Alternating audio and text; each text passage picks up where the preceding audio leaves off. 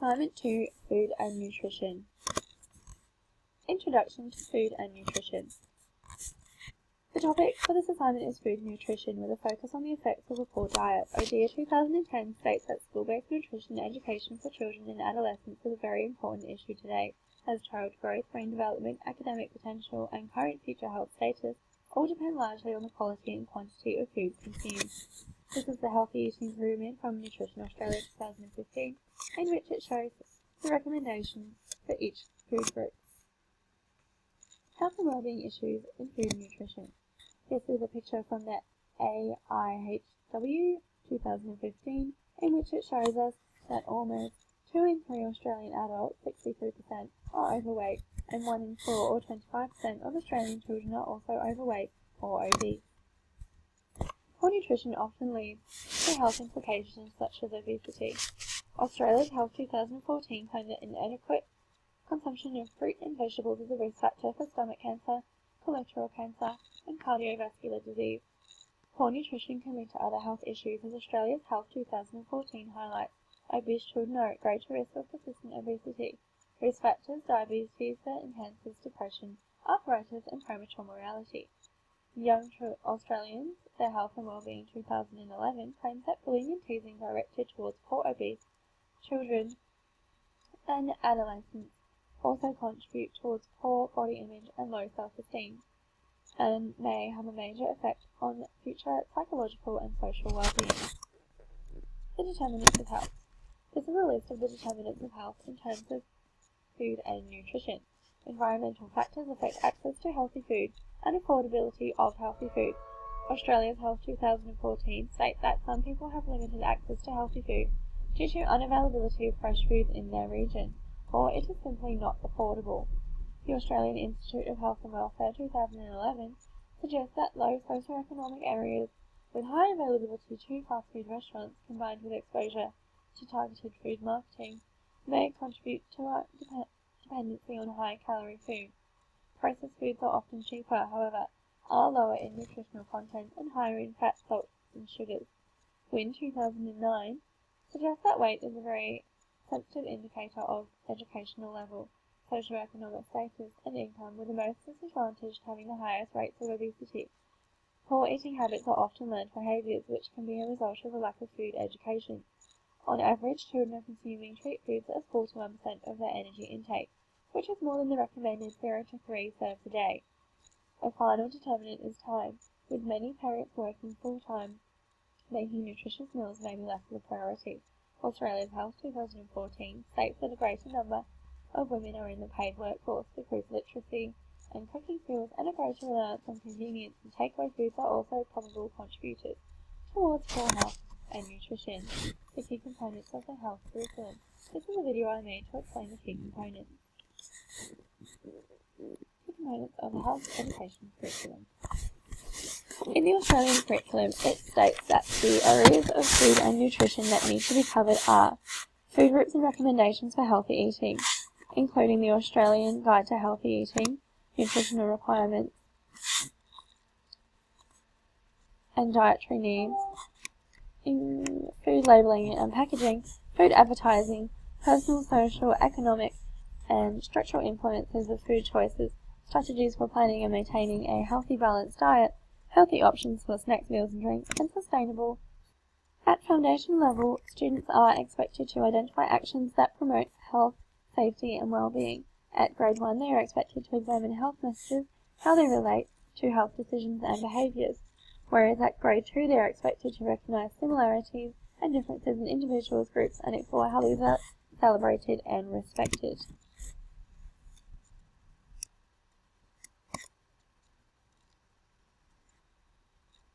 At grade 3-4 level, students are expected to discuss and interpret health information and messages in the media and on the internet. At grade 5, students are expected to investigate community resources and strategies to seek help about health, safety and well-being.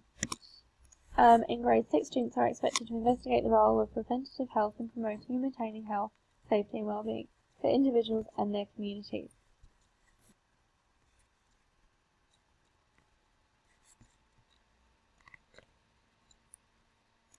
According to the WHO 2015, a health promoting school should focus on the following aspects. This presentation highlights how these are achieved in conjunction with the health curriculum, caring for oneself and others, by educating students to take actions that promote health, safety and well-being in terms of food and nutrition. This can be done by teaching them about sometimes food and always food, the concept of moderation and balance. By making healthy decisions about taking control over life circumstances. This is achieved by educating students about how to examine health messages and how they relate to health decisions and behaviours. In food and nutrition education, this enables students to make informed decisions and take control of the food they consume. In turn, this reduces their risk of diseases such as cancer and heart disease. Creating conditions that are conducive to health. This is achieved by students investigating community resources and strategies to seek help and information about their own and others' health and safety and well-being. By students understanding the resources and health strategies, they can make use of the community and will eventually have long-term effects on issues such as low socioeconomic links to higher rates of obesity, building capacities for peace, shelter, education, food, income, a stable ecosystem equity, social justice, and sustainable development.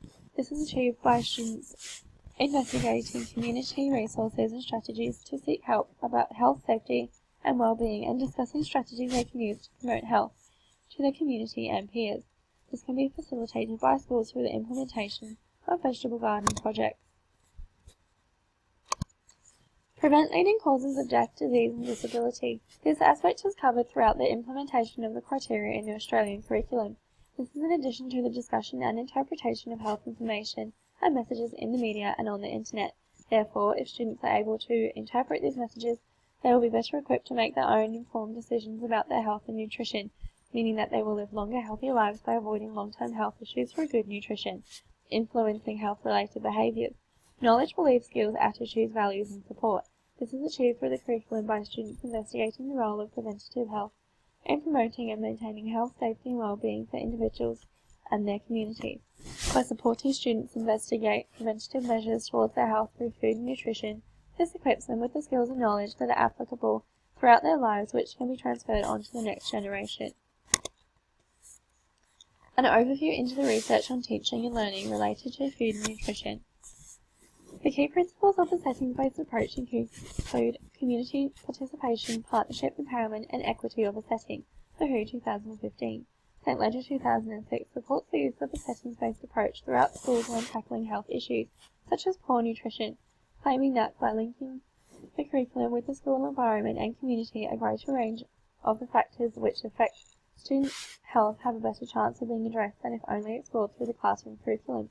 When implementing a good health education, it is important to link curriculum goals with the school's environment and community in order to have a long-term and relevant effect on students' health and well-being. St. Ledger also recommends the use of partnerships with parents and the community. It enables a wider range of resources and knowledge such as food preparation, cooking and learning about cost and nutritional value. By educating students with these skills, it empowers them to make informed choices about their diet. One of the major implications of a poor diet is obesity. Sports can often induce anxiety in obese children, as Yausi 2005 suggests, whether they do not physically enjoy team sports because they are physically self-conscious, fear failure, or public embarrassment, or believe they lack the grace or coordination needed to succeed at sport. These students are in danger of becoming physically inactive. An overview into research on the teaching and learning related to food and nutrition continued.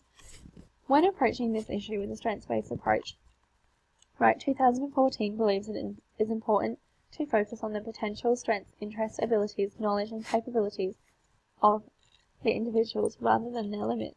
In finding ways to support the issue and prevention of obesity in schools, Flores et al. 2008 suggests that the development of a sensitive and inclusive intervention program that incorporates peer progress assessment through competition, peer-led education, or physical activity sessions may positively correlate to modification in a dietary and/or physical activity participation. It is important to accommodate for all aspects of students' health when educating them about weight, diet, and the effect this has on their body, and also to educate them on the importance of maintaining a healthy attitude towards their body image and the concept of balance. O'Dear and Yeager 2009 suggests that teachers' negative body image, inappropriate weight control advice and practices may be inadvertently modelled or unintentionally transferred to the young students in their care. This results in students developing There are own unhealthy fears about weight gain, food consumption, and body image. The results of these anxieties are likely to have an effect on students' emotional and mental health and well-being if not addressed and taught sufficiently. When addressing this issue from a strengths-based approach, it is important to focus on the positive aspects of good nutrition than the negative aspects of poor nutrition. Wright 2014 claims rather than focusing on only potential health risks or a deficit-based model of health, the curriculum has stronger focus on supporting students to develop the knowledge, understanding and skills they require to make healthy, safe and active choices that will enhance their own and others' health and well-being. Critical review of a resource. This resource is called Outside the Box and has been created by Healthy Kids Eat Well and Get Active. This unit of work is intended to take place over 2 weeks, in which its aim is to provide students with healthier alternatives and tools to a healthier lifestyle, including healthy foods and exercise. It hopes to achieve this with a program that involves the parents' participation and the students being rewarded for making healthy lifestyle choices over the 2 weeks. This involves activities such as physical exercise, reduced screen time, and drinking water instead of fizzy drinks. As you can see below, these are some of the requirements for the unit. Critical review of the resource. Good points about the resource. It is fun and engaging and is relevant to students' lives in terms of healthy eating. By introducing the change to the lunchboxes, it enables them to understand where the changes in their diet need to be made outside of the school environment. It makes use of the families, teachers, and the school environment, and so addresses the health-promoting school's requirement of community involvement. According to the WHO 2015, a health-promoting school strives to provide a healthy environment, school health education, and school health services, along with school community projects. Living outside the box also promotes the use of physical activity instead of hours spent watching TV or playing computer games, which, alongside a poor diet, means students are at a higher risk of developing obesity. The WHO 2015 states that health-promoting schools must provide multiple opportunities for success and not acknowledge good efforts and intentions as well as personal achievements. The resource has achieved this by providing realistic and individual challenges and goals for the students, as well as a reward scheme, making it engaging. The resource is free and so would be available to use throughout the year for schools in low socioeconomic areas with little funding. Negative aspects of the resource, however. The resource does not take into account all aspects of health and well-being. It does not look at the promotion of body image or other risk factors that may influence a child's health in terms of nutrition. Crowe 2008 claims high-quality personal, social, and health education is vital to young people's development in and out of the classroom. The resource depends on a complete honesty from parents and teachers. It may not work if they become embarrassed because they do not want their teacher to know that they did not achieve certain goals. The resource requires parents to give their children healthy foods, which puts pressure on parents to provide things on a daily basis they may not be able to afford for their child. In terms of well-being, this may create guilt from the parents' perspective, and their feelings of marginalization from these students who may not be able to adequately join in with the unit and their peers. Nightman 2002 explains that both the social and economic characteristics of a society and social location of groups within society are factors that influence health outcomes. The program also does not last for very long, and so the likelihood of making lifelong learning experiences are limited. Reference list.